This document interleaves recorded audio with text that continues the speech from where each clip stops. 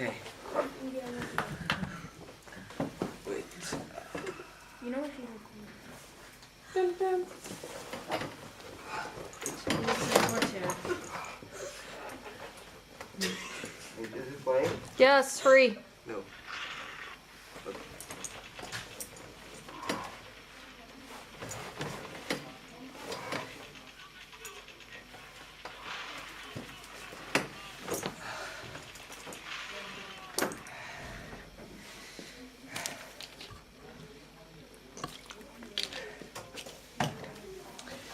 I can't sleep.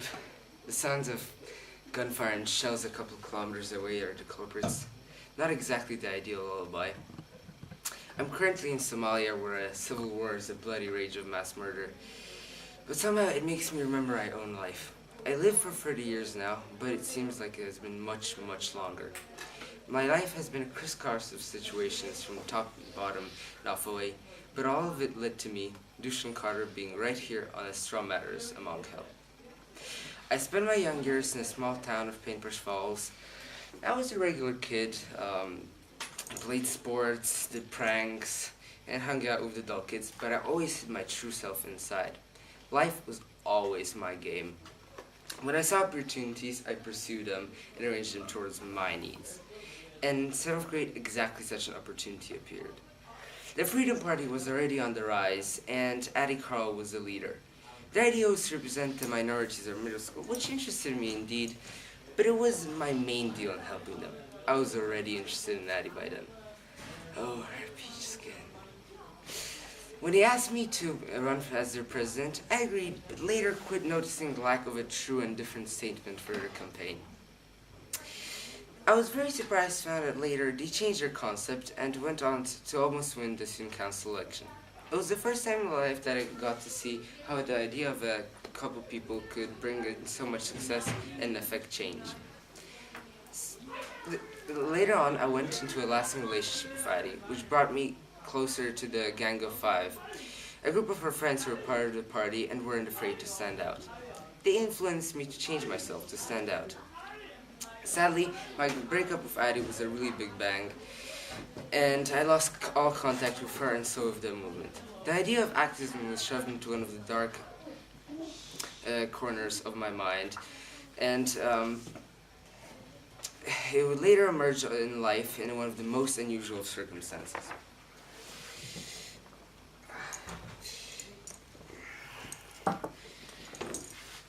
I left Paintbrush Falls being one of the top students in 12th grade and top scorers in the IB program.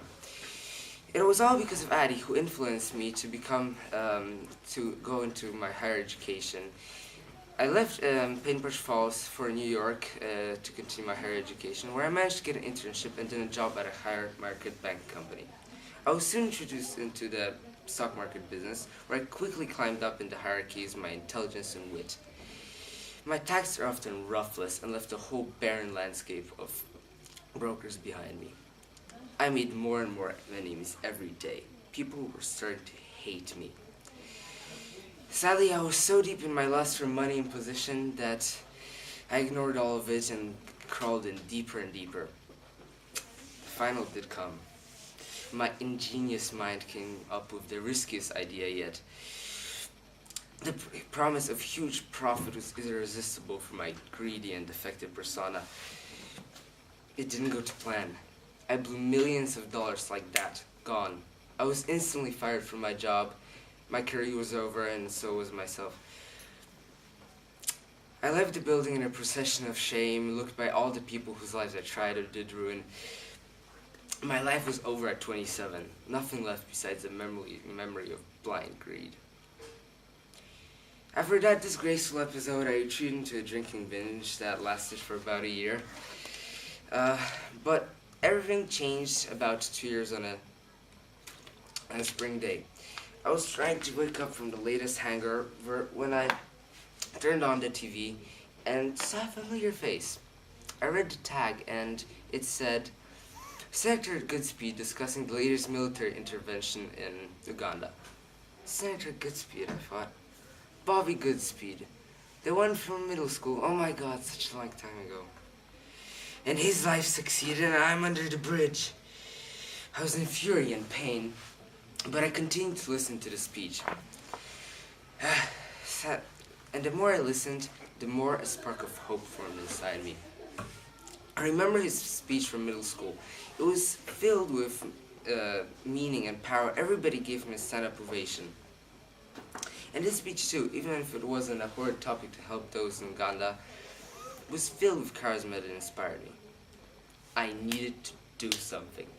And that exact thought, that single thought, together with the memories of how a single group of people could bring so much change, flipped my life all over again.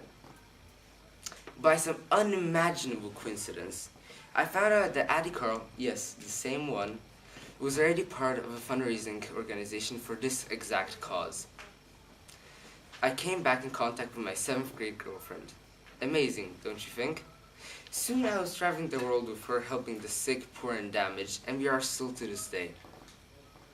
We often live in small shelters or tents, but it's ideal for me. For me, it's freedom. Freedom for myself.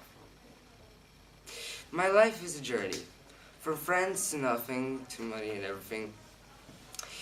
And the friends or their memories influenced my life in the most unusual of ways. From making me go further into education, to dragging me out of the darkest of pits, and then hanging a helping hand to others in need. And all of it was because of those friends, such as Addy, who have the means to change people's lives. Thank you.